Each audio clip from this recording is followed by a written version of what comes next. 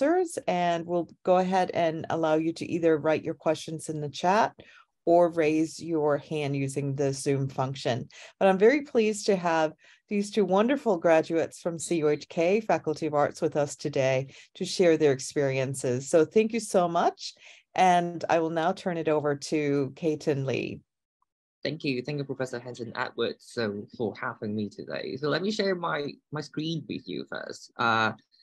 I'm Katon. So I'm from, I was once a CHK student, so a few years ago already. So I studied my bachelor and also my master, that is my MPhil in the CHK, and then I went to the UK, all right, to study my PhD.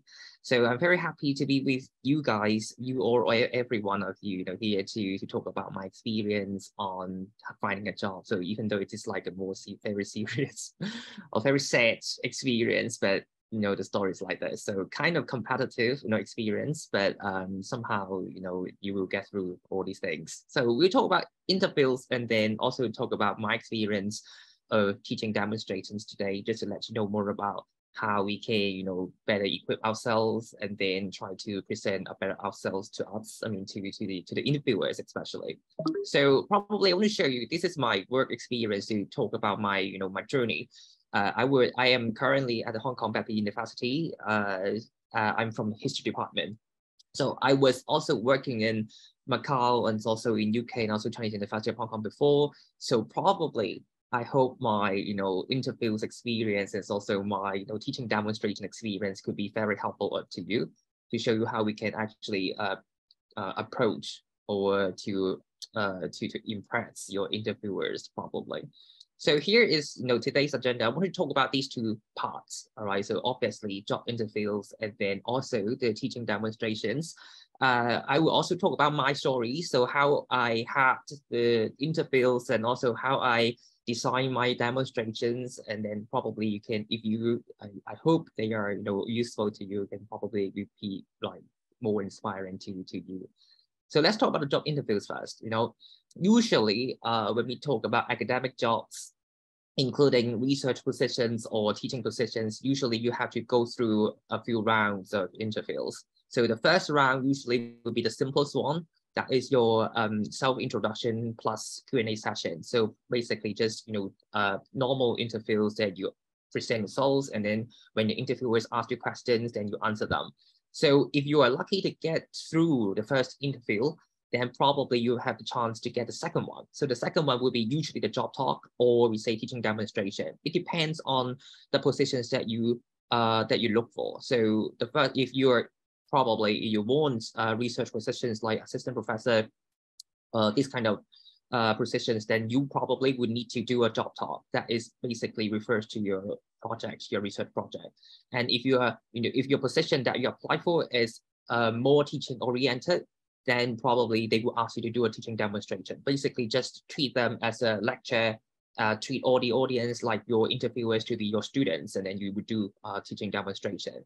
And finally, there is the very rare case, right, for those high-ranked positions or, very, occasionally will have the third round interviews. That is to have a dinner or lunch with you. So don't take this lunch or dinner very simply just like a meal, because within these golden opportunity, they were actually testing you. So to see, to chit chat, like whether you are sociable or you are having different kinds of, knowledge, and you can talk about them, subtly. You don't have to, make it as a, formal presentation or lecture, but to see whether your person, what kind of personality you had. But it was very, advanced, all right? So probably in this stage, we don't have to talk about them. So today, we're going to focus on the first round and the second round, especially how we approach interviews and then teaching demonstrations.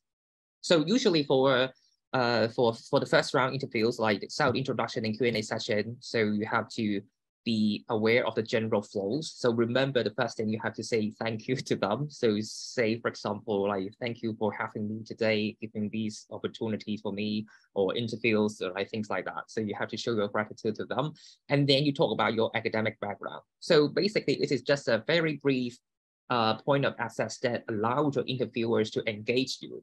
So you don't have to talk much, all right? So you don't have to like selling points 1, 2, 3, 4, 5, and then you talk about them one by one, but just simply describe yourselves, your recent things that you have done, like for example, your academic status, say for example, you're now approach the end of PhD status, or you're now going to finish your PhD writing up period, or you're probably going to have your Bible and things like that.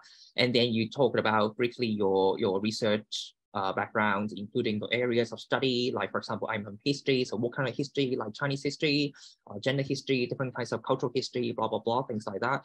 And if you have, recent activities like conferences or publications or other teaching experience, then you can also address them briefly. Because the most important parts of these interviews is actually the Q&A session, because after you introduce yourself, the interviewers would ask the questions they want to ask you. All right. So basically, they want, say, for example, they were aware of the position. They know very well what kind of people they want, or what kind of qualities of people they need. So they will use the question time to find out whether you are suitable. So in this case, so pay more attention to the Q&A session. You don't have to sell yourselves, all right? You don't have to market yourself too strongly or too hardly, because in the Q&A session, they were actually testing you whether you are suitable or not already. So basically in the questions Q&A session, they will have, different kinds of questions, including general one or position-oriented issues. They can basically just ask you different kinds of topics related to the positions. If it is general question, then probably it would be about academic research, about your scholarly engagement, or we talk about your studies, things like that. But if it is more oriented to, position oriented, then that probably will ask you how to do if they are hiring a gender historian, then probably they will ask you how to engage in gender history, what kind of gender history project then you are going to do, things like that. So that is exactly how they would approach it usually. But when we talk about these problems or these issues, then we can actually categorize them into several categories. So say, for example, most likely they will ask you ask you questions related to your research and your teaching and public engagement. So other things like, for example, your administrative experience or your network, they might also ask them or ask questions about them, but they will be, kind of rare or, less, common, so to speak. So I will talk about research, teaching, and public engagement in the following slides to show you how you should get yourself ready, all right, to expect some kind of questions that relate to these kind of topics. And finally, remember, usually you will be allowed to ask a question before the end of the interview. So remember to impress them by your closing question. It was kind of important because the answer doesn't matter actually. So if you ask a question about your target university or your target department, all right, so the answer was actually not important, because what is important is actually your question, to show your passion, to show your enthusiasm. You wanted to do something, that's why you're interested in a question, you are curious. Say, for example, you ask them if you want a research position, then you ask them, do you have any in-house research fundings or research grants, things like that? So by asking these kind of questions, that will show your incentive, motive in doing, for example, a lot of research, having different kinds of research projects. You are very engaged in, for example, research work or teaching. So say, for example, you ask questions like, do you encourage students to have outside classroom experience? For example, do you have any support for these kind of programs, things like that? So it is to show your vision as well, apart from in addition to your passion, show you how you want your teaching to be, how you would approach your pedagogy, things like that. So closing question was a very important one, because this is the final chance for you to impress the interviewers. All right, so remember, a closing question, a good closing question, that would probably help you to stand out, all right, to highlight yourself compared to other competitors. All right, so I want to show you the 3 areas that I want to address in greater detail. That is, the first one is about research, and also the second one is about teaching. Usually in normal interviews, they will ask you questions like that. So this is the so-called FAQ. With regard to your research, all right, so probably they will ask your current one. They want to know more about your recent or current research project to see whether your expertise is aligned align well with their positions. Align well with what they want from you.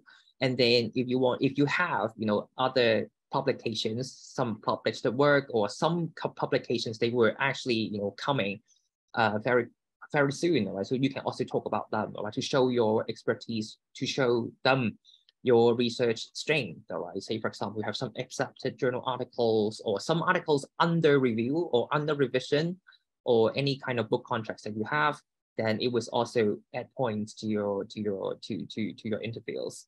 And at the same time, do you have any research fundings or any research grants that you have got already, or do you have any experience to apply for for funding? So right, so this is also very important, because when you apply for a research position like assistant professor or research assistant professor or postdoc or research postdoc, all these things, so they need you to have this kind of elements or qualities in order to secure fundings. All right, so it was very important for you to have such things as well.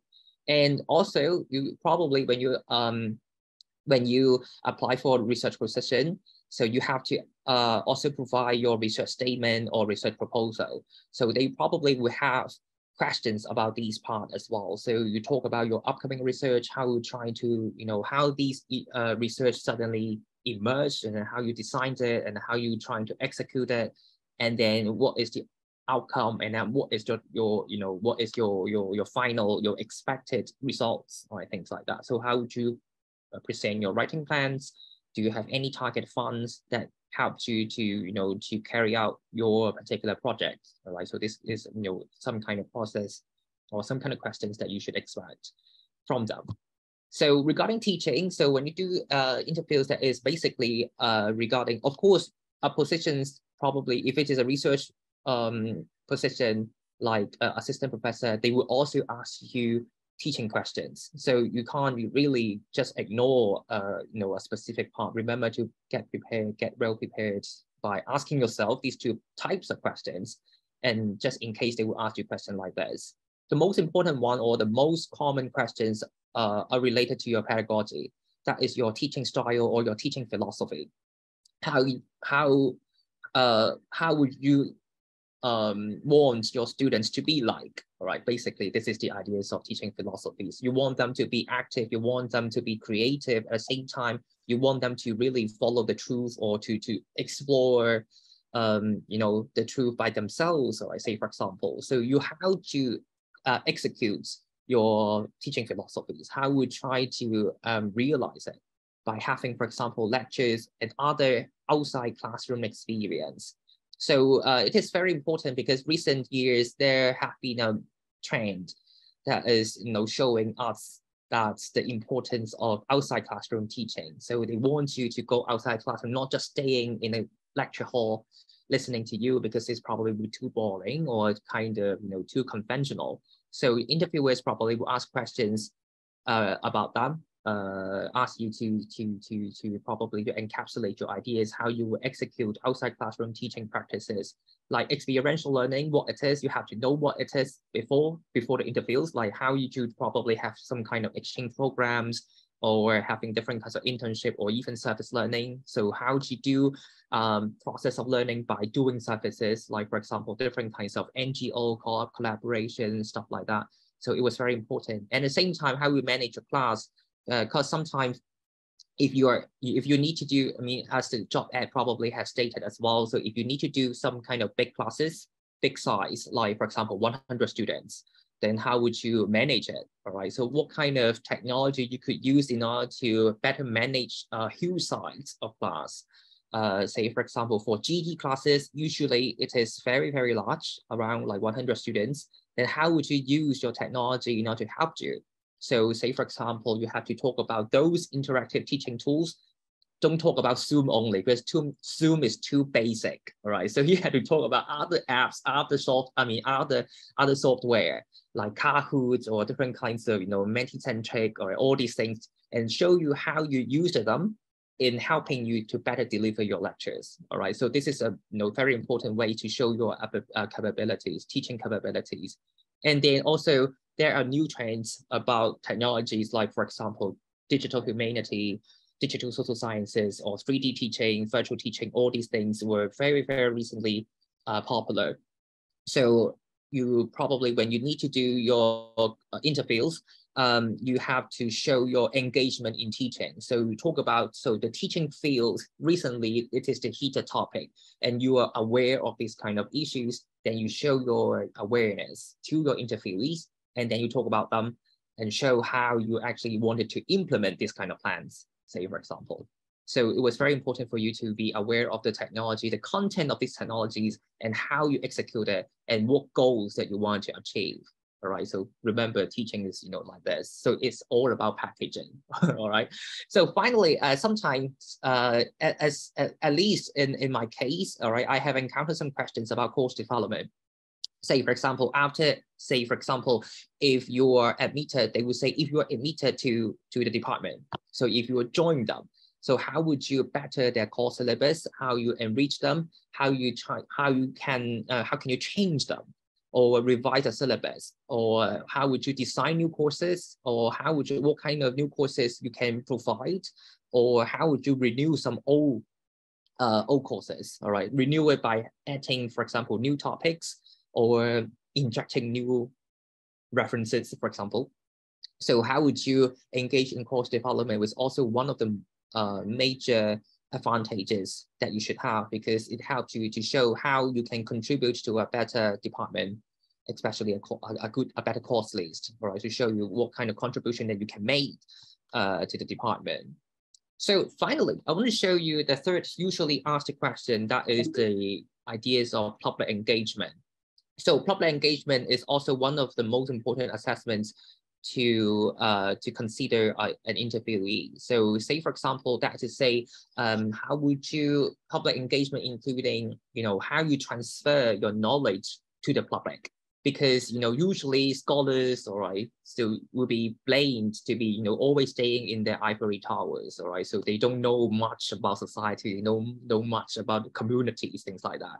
So in recent years, a lot of scholars, and especially also the public, also wanted to have a stronger interaction between universities and the public, all right, and society.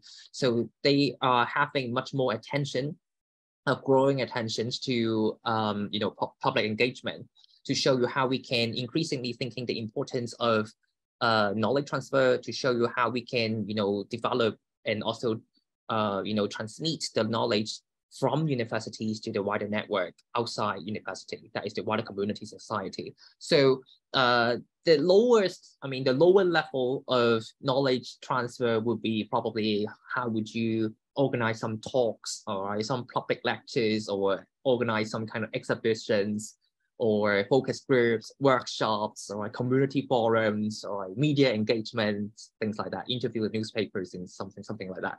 That it is low level, all right? So a lot of people have already been doing it for a long period of time. So how to use highlight yourself or highlight your strength, that is the trend. Recently we have a trend on digital humanity, or what we call digital social science as well. So it depends on your discipline. By that is to say, among different forms of public engagement, there has been recently a new trend. We call it, more advanced form of knowledge transfer. We call it DH or DSS. So basically, it is, using digitization as a method to help spread your research and teaching further to other communities in society. Say, for example, how you establish interactive systems of virtual museums, for example, or virtual maps, or different kinds of virtual stuff, virtual systems that help the public or the secondary school students to use, all right? So this kind of digital humanity. So some scholars, all right, especially in Hong Kong, we have a lot of historians have been already doing this kind of works, all right, like how we can digitize humanity, and then to spread, to encourage the public people, the ordinary people, to to be interested in their projects, to research, and also in teaching, so they can learn something from universities, even though they were not a university student. All right, so probably you have to think about how you would present your plan about your plan on public engagement. So finally, I want to show you my job interview experience, share a story about myself. In 2021, so I had I had a job interview, by my current boss, right? So the Department of History in Hong Kong BU. So they wanted interview with me, and then they want to talk about general education of history. So this is basically a topic they assigned it. So within these 30 minutes, they will have a Zoom, and then we will talk about PowerPoint illustration and stuff like that.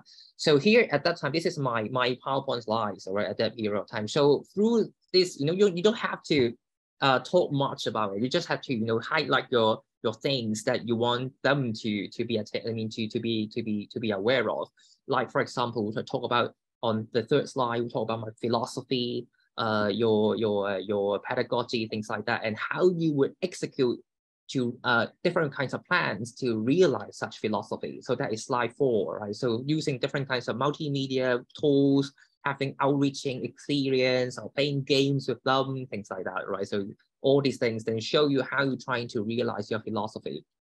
And then later in slide 4 and slide 6, talk about my other experience, like what course I can offer.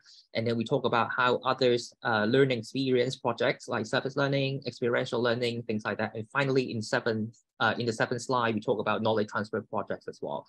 So basically, it was a very brief one, but actually very concise to show your strength and also what you can contribute to the department. What can you do in order to help the department to do better? For their students. So finally, I want to talk about the demonstrations, all right, teaching demonstrations. Once you are lucky to get into the second round, then you usually will have a teaching demonstrations to do.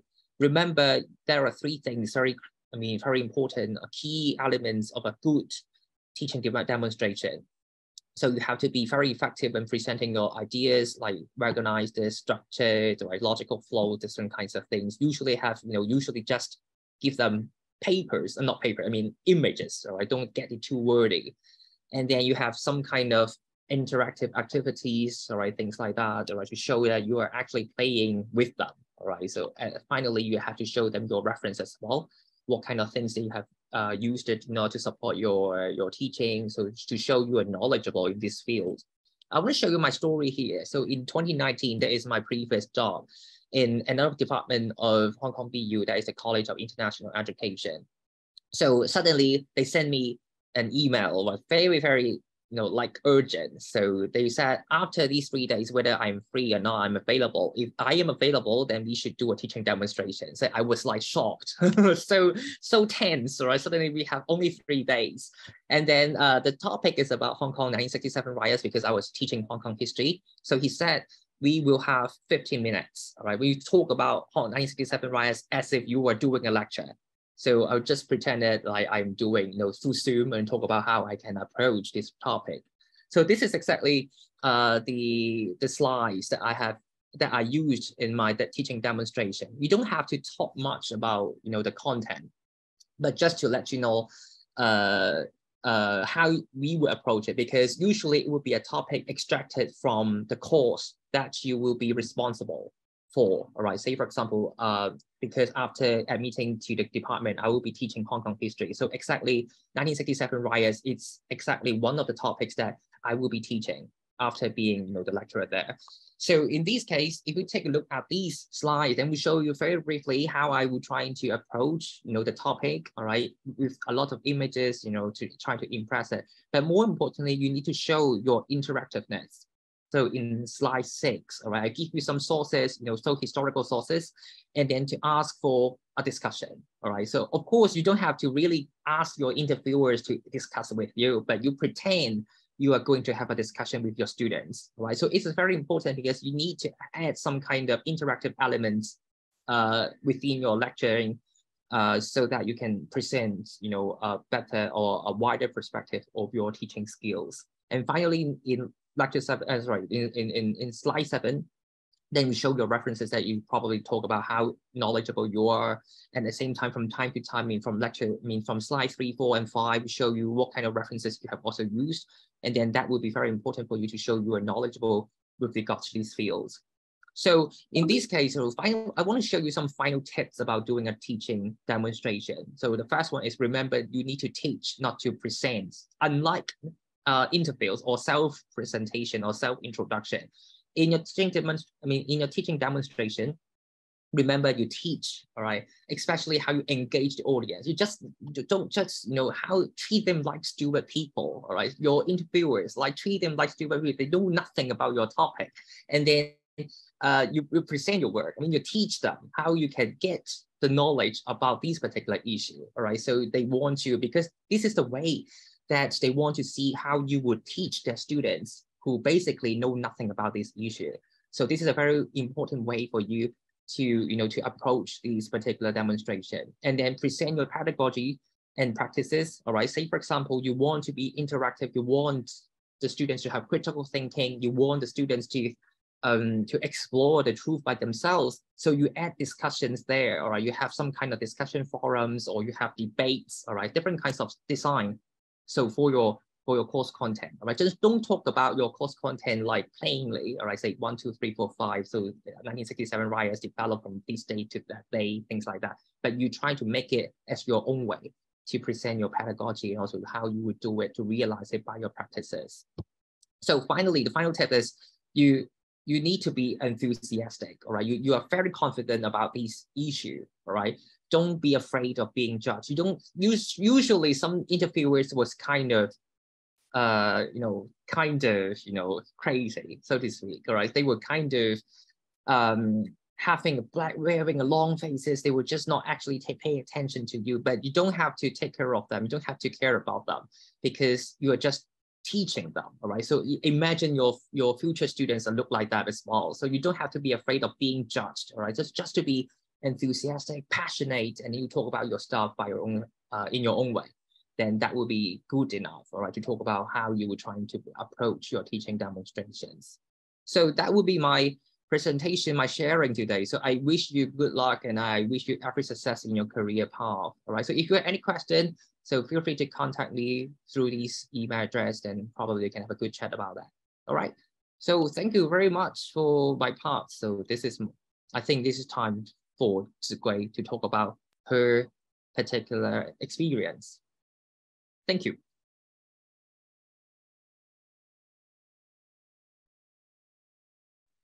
Thank you, Katon. Thank you for your generous sharing, and thank you for having me. And my sharing session will be short, because I will skip what you have been talked about. And I would like to talk about my experience in job interview for 2 positions. One is a teaching position, and the other is my current job as a postdoctoral fellow in Sun Yat-Sen University history department. I graduated from CHK. I studied history. I graduated from history department in 2020. And in the spring of 2021, I applied for a position for a lecturership of general education. This university is a mainland university with international background. They're looking for someone to teach undergraduate students modern Chinese history in English.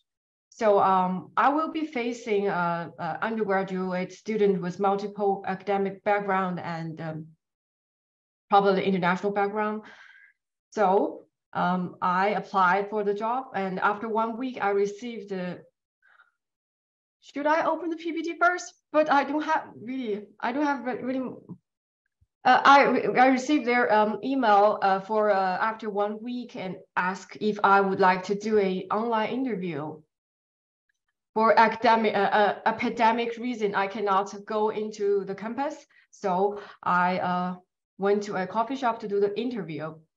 Like what Katon just said, they ask the questions, those typical questions like, tell me about yourself and what experience do you have in teaching this course, and why do you want this job, and what else courses you can teach in the future if you get this position. And I prepared for those kind of questions and answered, and this interview went smoothly. And I immediately get their email asking me to do teaching demonstration. So I was given 7 days to prepare, not 3 days, 7 days to prepare. But I have a full-time job at that moment. I have a full-time job, has nothing to do with academic research or teaching, and I have my 1-year-old son. So today, instead of sharing my successful experience in teaching demonstration, I would like to do a public execution. I'm going to show the clippings that I made for this teaching demonstration video. The whole video takes about 20 minutes, but I'm not going to show all of it. I will show probably for 3 to 5 minutes. And usually we will do this this teaching demonstration in person, but of course, for obvious reason, I cannot go into the campus. So please, if you are the committee, please tell me, should I get the job? I will play 2 clippings of this my teaching demonstration. Okay.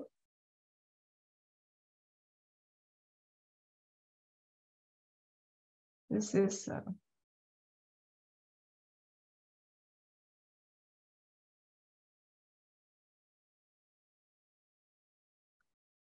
the first is this one.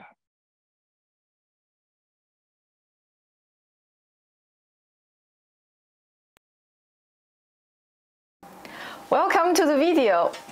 I'm your lecturer, Dr. Li Zigui. In this short video, I'll be talking about Taiping Heavenly Kingdom in the 19th century and the rebellion that almost overthrew the Qing dynasty. Thomas Taylor Meadows was an eyewitness of the Taiping Heavenly Kingdom. He visited the capital of the Taipings in its heydays in 1853, and he had an assertion. He said, of all nations that have attained a certain degree of civilization, the Chinese are the least revolutionary and the most rebellious. Now, some of you might have learned about the Taiping Heavenly Kingdom in the high school textbook, in which it was usually named the Taiping Movement, 太平天国运动. Events associated with the name 运动 usually have a positive meaning in Chinese modern history. For example, self-strengthening movement, May the 4th movement, a new cultural movement, etc. The Taiping Heavenly Kingdom and its radical and revolutionary equalitarian design of social system were viewed as the earliest model of Chinese socialism, therefore was highly praised in the official narratives. But the war waged against the Manchurian ruler was actually the most atrocious civil war and the bloodiest conflict in the human history. The war lasted for 14 years, ranged over 16 provinces, and destroyed more than 600 cities. The main battlefield was at the most populous and prosperous area of Jiangnan. 20 million people died from the war, more than that were killed in the whole of World War I. So it was also called the Taiping Rebellion. What makes the Taiping Heavenly Kingdom so devastating and intriguing is that it has seized the wealthiest area of the empire for 10 years but failed to topple the Qing dynasty, which was at its weakest. The Taiping rebels were Chinese peasants inspired by Christianity but failed to win the support from Western powers. Why? What happened? Okay. What do you think? Should I get the job? Should I get job? Did I do a good job?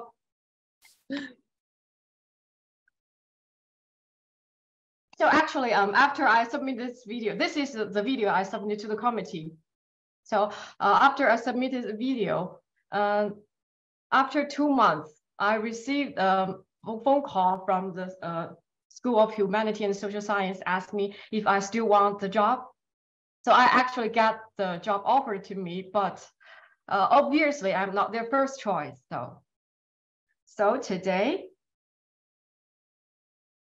instead of sharing my successful experience, I would like to discuss what I did wrong and how we can do to improve our teaching demonstration skills. From the video, the first topic from this video, the first thing from this video is topic choosing. Actually, I was given 11 topics to choose from, ranging from if you are going to teach a lesson in modern Chinese history properly, you will facing the topics. Can you see that the 11 topics on the screen, ranging from the Opium War, the Taiping Heavenly Kingdom, a self-strengthening movement, to Cultural Revolution and reform and opening up. So obviously, the Taiping Heavenly Kingdom was not the easiest topic to cover. In Sun Yat-sen University, we usually spend 2 weeks and 4 classes to cover this historical events. So to press everything in 20 minutes video is very difficult. So first, choose a topic that is easier to handle. And secondly, is the time. It's easier to control your time when you're doing video, because you can cut, edit, and retake it again, add some special effects, and until you feel satisfied, until it's perfect. But when you are in an actual classroom with actual person, you may want to practice more and do not run over time. The third point from my video is make sure you talk slowly. I talk too fast in this video because, again, I try to pack up everything and squeeze it into a 20 minutes video. Slow down your speech because it allows you to breathe. Oxygen is good for your brain and helps you to think and to organize your ideas and complete your sentences. Don't be afraid if you talk slow, you will lose your audiences, because the pauses in your sentences helps them to reflect on what you have said and build connection between what you say and what they have already know. So they help them to the pace, slow your speech helps them to comprehend better. And the next is my body language. I'm nodding too much in this video, because if too much nodding and eye blinking makes your eyes wandering around, and you may feel difficult to focus. In this video, I did too much head nodding. Want to add a sense of confirmative and blinking. So it's distracting. If you're in an actual classroom, you may want to walk. You can raise your hand, doing hand gestures and wave your arm, but try to keep your head still. Do not distract your students. And next is communication. Try not to read from your notes. Try not to read from your notes. Sometimes we read our notes because for the sake of accuracy or for the sake of time control, or just to feel uncomfortable speaking different language or avoid communication. But I read my PPT a lot when I was a student. And I read my PPT in my oral examination. And I obviously read my note in this video, but teaching is about communication. So it's about building connection between lecturer and student, and it's about building bridges between the known and the unknown. So may I suggest, starting from your next presentation, try not to read your notes to your audience. practice more and try to be spontaneous, and I'm sure you would do a better job than I. And that's for the teaching part. For students looking for job opportunities in mainland China, I would like to say a few words first in Mandarin Chinese, and I will translate a little bit for those who speak English. 就是我们如果想要在高校找工作的话，就是往往会听到非常非常多的声音，很多的意见，还有收到各种各样的消息，正面的消息，负面的消息。求职的这个过程，我觉得就像小马过河一样。小马过河的故事，大家应该都知道吧？就是重要的是你知道你自己想要什么。就是如果把这一点想通的话，其实很多内地的院校的优势是非常多的。当然，首先一个优势就是天地广阔。这个天地广阔，一个是空间上的天地广阔，再一个呢就是这个学科上面的天地广阔。特别是就这个中国史和东亚研究来说呢，它在世界范围内可能并不是一个非常热点或者是主流的研究领域，但是在国内的一些院校呢，它其实是有非常深刻的学科传统的，它可以带领你进入到中国近代史的历史命运当中去做一种深刻的反思，和一些资深的学者进行一些对话，所以这个空间是非常大的。第二点呢，就是成长迅速。我们香港中文大学的毕业生现在在内地院校还是相当受欢迎的。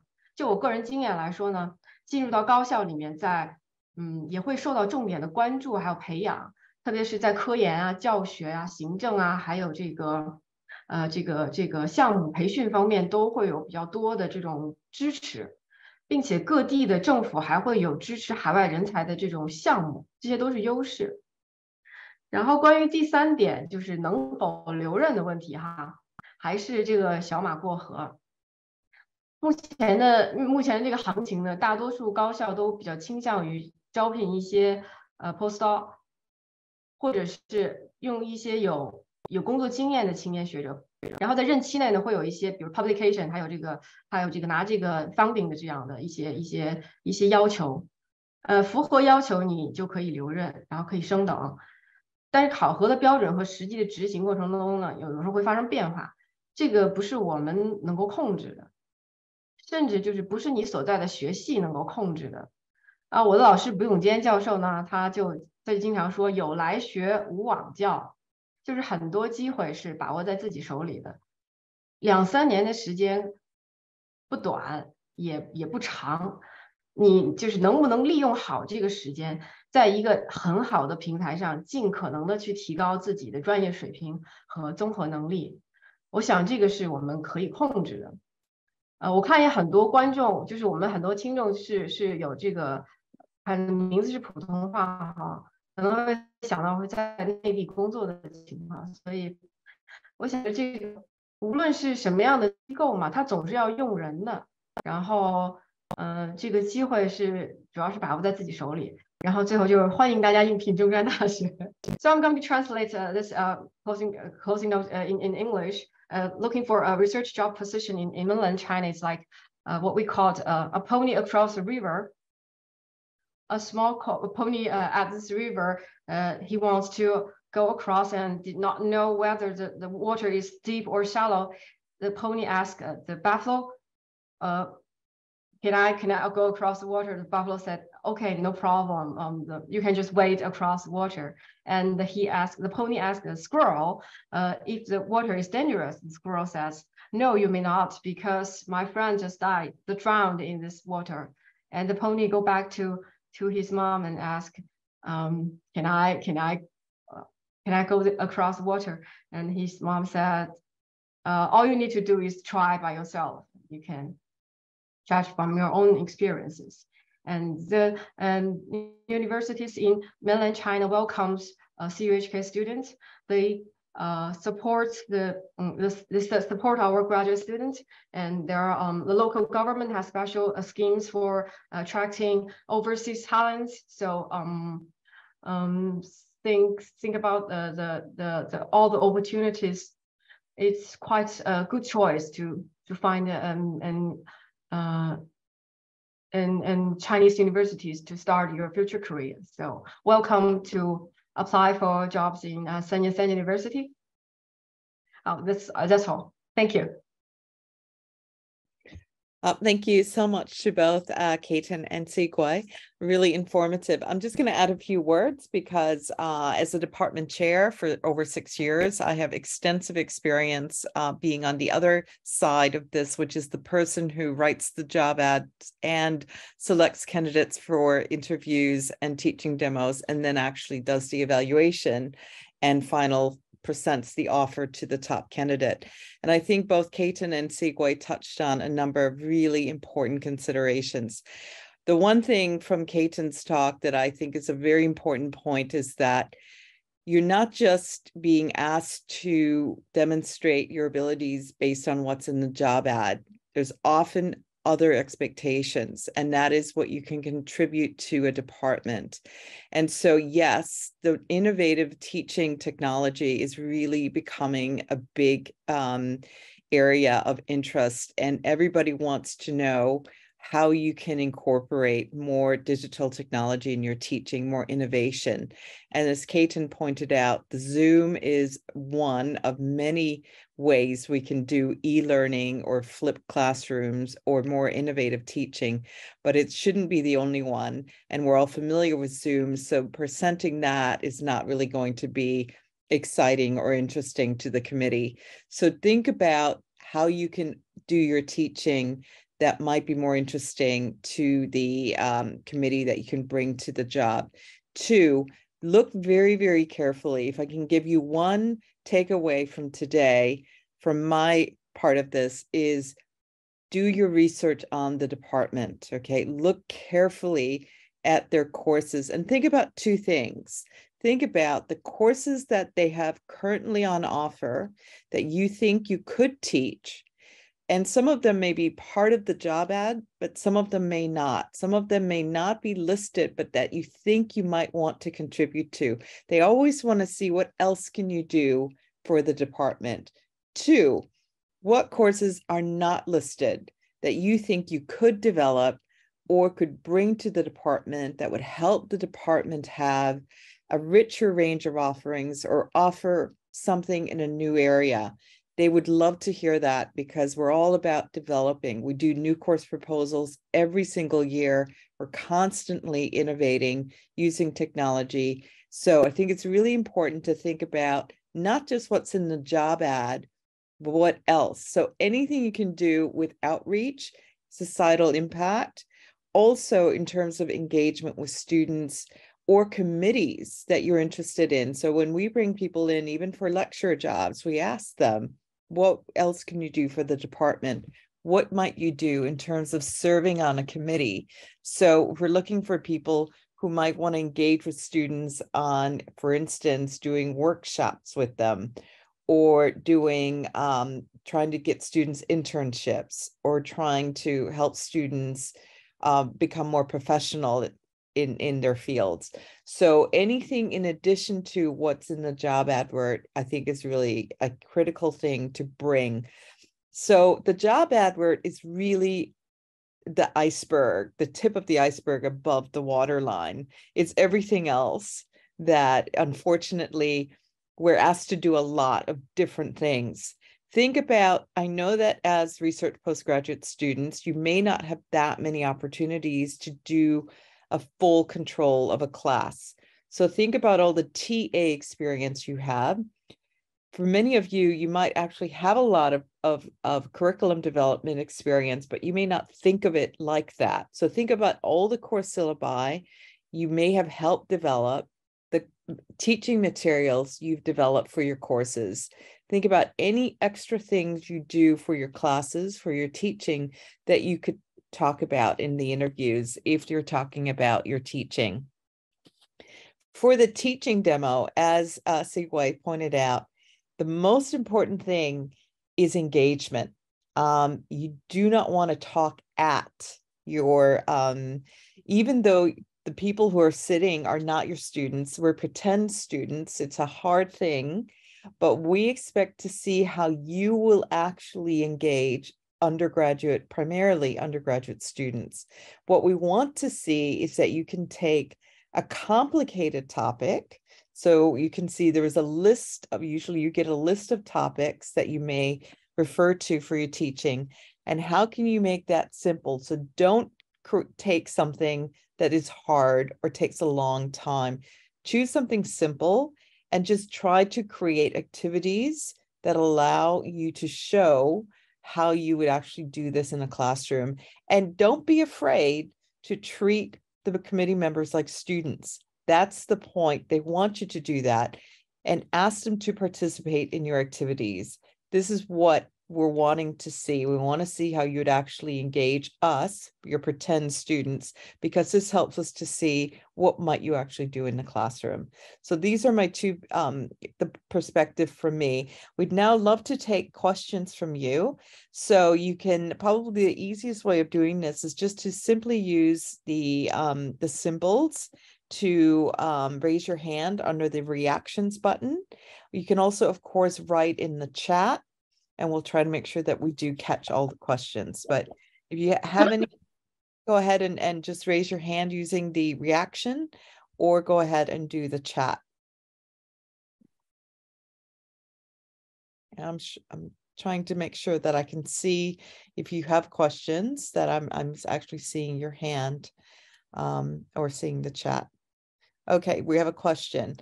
I was wondering, particular for PhD students in history and literary studies, how many journal articles they should generally publish before graduation in order to increase their chances of securing a job.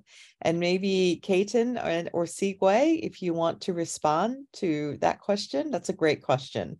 Sure, yeah, thank you. Thank you for the question, Kathy. So if I missed something, probably Zigui help me to, to talk about this problem. So I think, of course, the model answer is as many as possible, but it is impossible, I think, as particularly in recent years, the job market has been very, very competitive. Then you will see a lot of PhD students, they got something, all right? So before graduating, that is very crazy, actually. So they, normally, I see some students having, 2 to 3. That is, normal. But some very hardworking one, crazy one, they're probably having 4 or, even 5 more. But what I just wanted to stress is that, so there are different types of publications. Some of them were peer-reviewed journals. Some of them are probably some book chapters or book reviews. So if you really want to publish something before graduating, so concentrate on journals, concentrate on especially journal articles. So don't waste your efforts, don't waste your time in making, for example, book reviews or, chapters, edited volumes, because they probably would not be counted. All right. So usually this is the usual practice, because, university love seeing really like peer-reviewed journals first. So probably 1 or 2 official journal articles that would be, adding a lot of points to your background.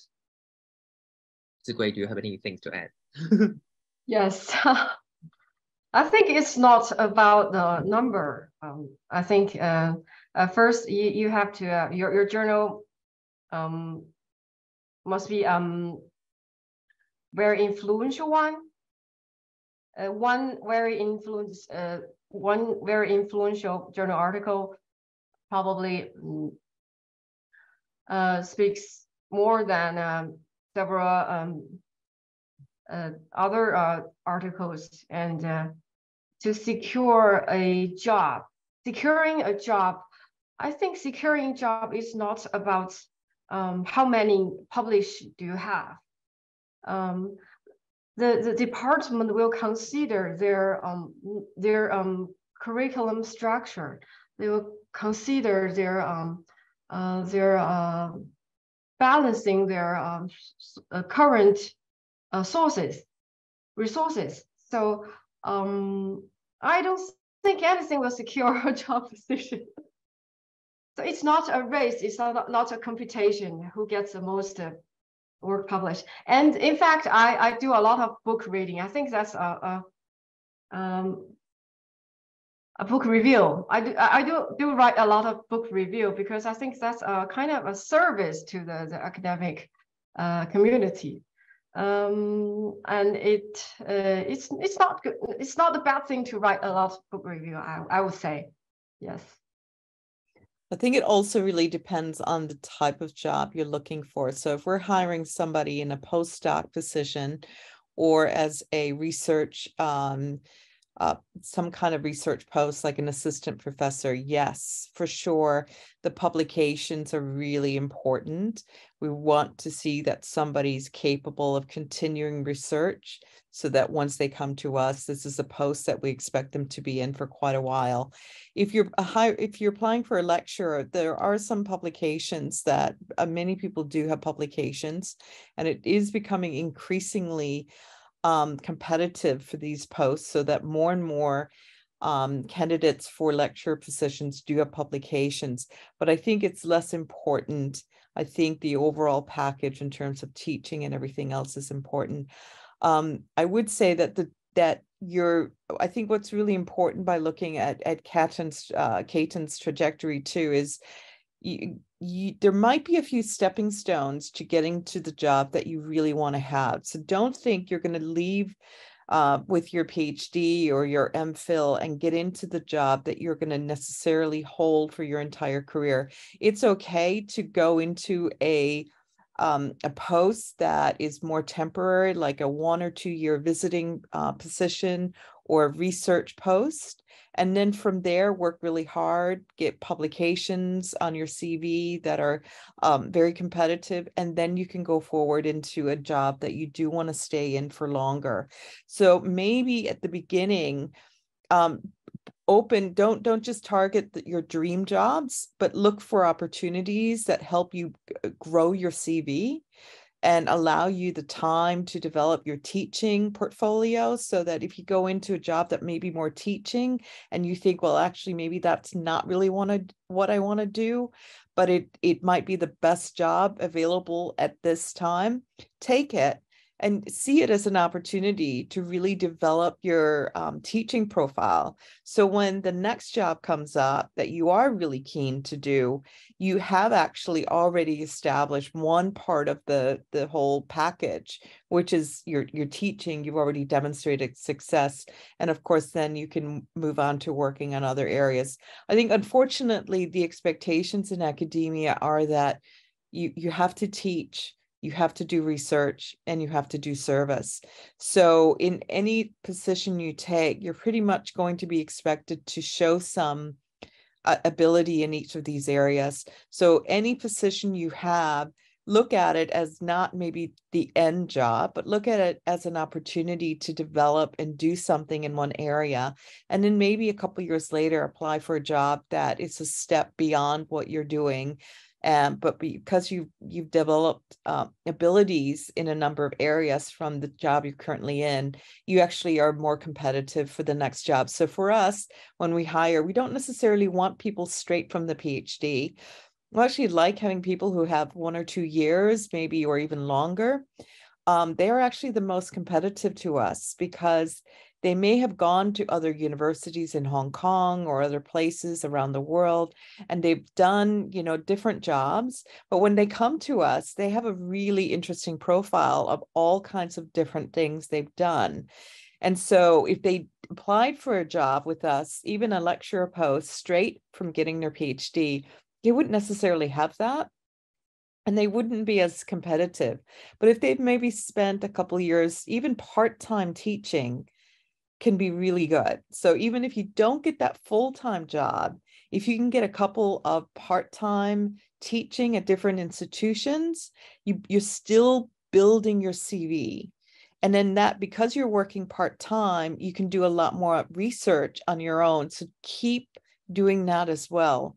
And as you keep building things up, you're accumulating a lot more ability, and then you're much more competitive for the job that you really want. So I really rarely see that we put people in sort of their career, the job that they will probably remain in for quite a bit of their career.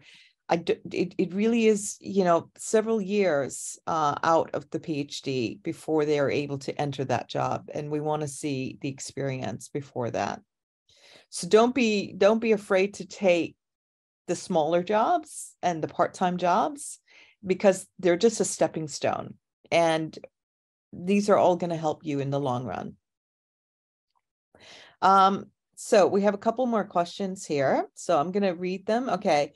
If a PhD student don't have any of the teaching experience, even no TA experience, what can he or she do to convince the committee that he or she has the potential to do the teaching job? I think that's a more difficult one. In that case, I would advise that you try to get some kind of tutoring job, or try to go in some. I think if you're applying for a teaching job, there is going to be an expectation that you've done some teaching. You may be able to get any kind of other jobs, but not a university teaching job. I think that'd be very difficult.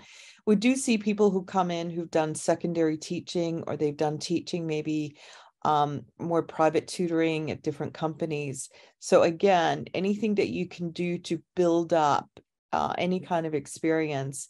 Or I think you can go to your department and see if you can help teach a class, volunteer as a teaching assistant, or see if they can assign you some kind of teaching duties. Because I really think if you're graduating without any teaching experience, that unless you have a complete research only driven career, that employers will want you to have something. So I would say try to speak with your department if you're not too far off graduation, even if you just do some guest lectures, okay, or extra workshops for students. Find ways of creating opportunities to do some teaching while you're still at CUHK. I don't know if Katon or Zigui can add to that. I just want to share my story. So when I was a newbie, I taught in University of Macau. So I also had a very little experience of teaching at that time. So I just been 1 or 2 courses as a TA, so nearly none. So how do I present? I think one of the most important thing is you have to target wisely your job. So for the Macau university jobs, it was a part-time teaching job. So they don't have, a very strict requirements, because it is not a full-time teaching position. So I earned, this, opportunity to get into the University of Macau, as they found that as long as your research fields or your areas of study fit in with their requirements, so they probably will have a looser, different kinds of restrictions for you. So for part-time jobs, so I think it is a good way for you to, if you are going to graduate or freshly graduated, then probably you can consider part-time teaching as well, because usually they don't see full-time teachers, see part-time teachers as as the same like the full-time teachers ones. So probably if you think about part-time teaching, then probably it would help you to equip or to gain more like teaching experience as well. I would say grab any opportunity to help you develop. True, yeah. Okay, we have one other question, and this is a very difficult one, so I'm hoping, Zigui, you can help me with this. Thank you for sharing your valuable experience. I'm wondering if you could kindly let me know whether the assessment criteria for the teaching and research tracks in both Hong Kong institutions and mainland China are similar or differ from each other. The assessment for research tracks. I don't know if every university has the same assessment criteria, but usually you have to have a so-called A-level research outcomes, whether it's a book, a monograph, or a academic research article published in the top level journals. Or you have applied for national level fundings, 国家社科基金. So that's the so-called like you just said, it's just the tip of the iceberg above the water, and there are many other factors that affecting whether you can stay or so. For teaching assessment criteria, I'm not sure because I did not really take that job. But as I know, you have to finish the certain teaching time. It's 100-something hours per semester, and pass the evaluation each semester.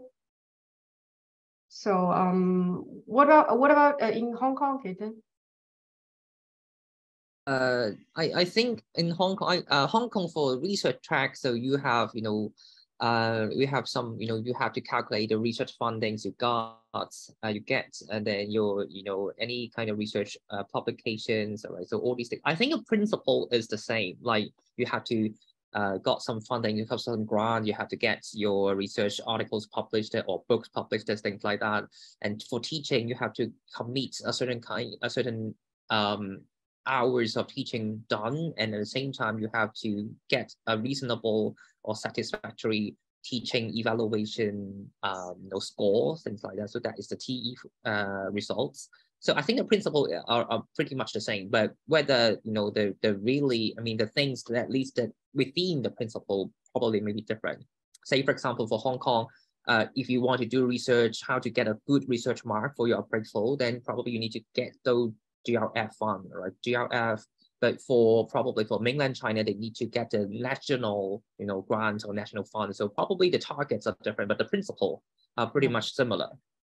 Yes, and when you sign a contract, they will have your criteria on the contract, and if you finished, if you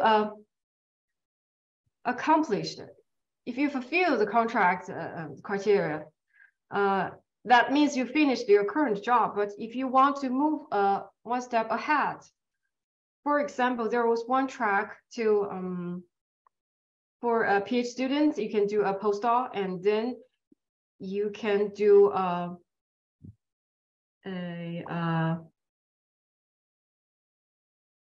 deputy research fellow, 副研究员, and then associate professor, and then professor. And for another track is, I think you're hired as assistant professor, and then after 5 or 6 years, apply for a associate professor. So there's 2 different tracks. So in my university, once you're accepted as a postdoc, you have to go the first track. And it was said recently, we are planning to hire hire a PhD student as postdoc rather than as assistant professor, because we would like to hire more young scholars with working experience to do the teaching. That's as far as I know. That's great. Thank you. We have one more question. Can you talk more about A-level research outcomes? In particular, what are the criteria of A-level academic journals? Each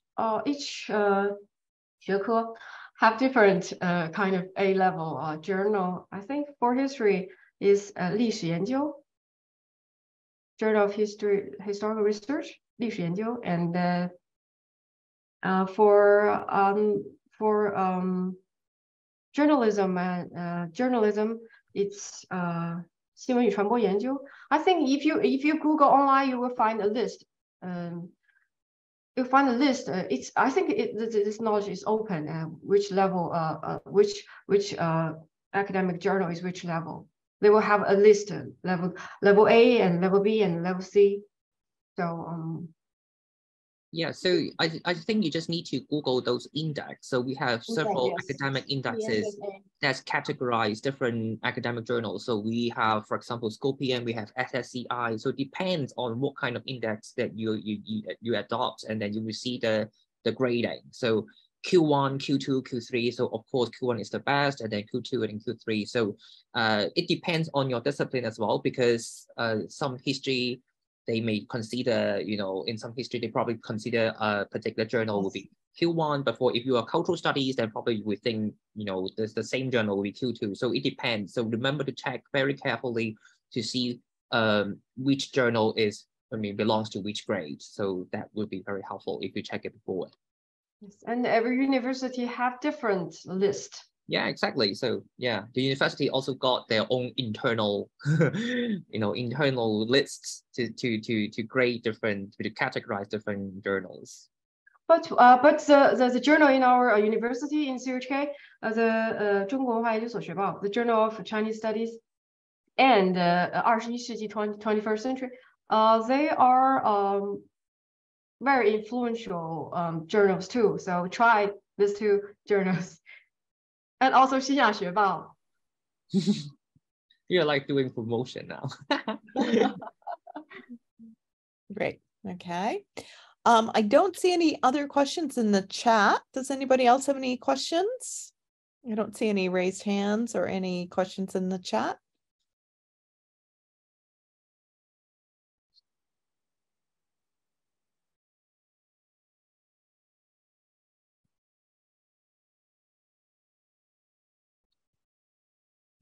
Okay, I don't see. If you give you another last chance for questions. If you have one, please raise your hand or write something in the chat. Well, thank you so much for your talks today. And it's really wonderful to see how well you've landed in your careers, and really the best of luck to both of you. And we're really happy to have you come back virtually to help our current group of postgraduate students in the Faculty of Arts. And thank you also to Basma Lak, who is here, who helped run all of this and enables this to work so well. And thank you to all of you for coming. And you're always welcome to reach out to one of us if you have further questions. And all the best to you in your careers and with your job applications. We really hope, keep our fingers crossed, and hope that you all land a good job, and that you keep developing, and eventually I think you will be in that job that you really love. So thank you, everybody. Thank you.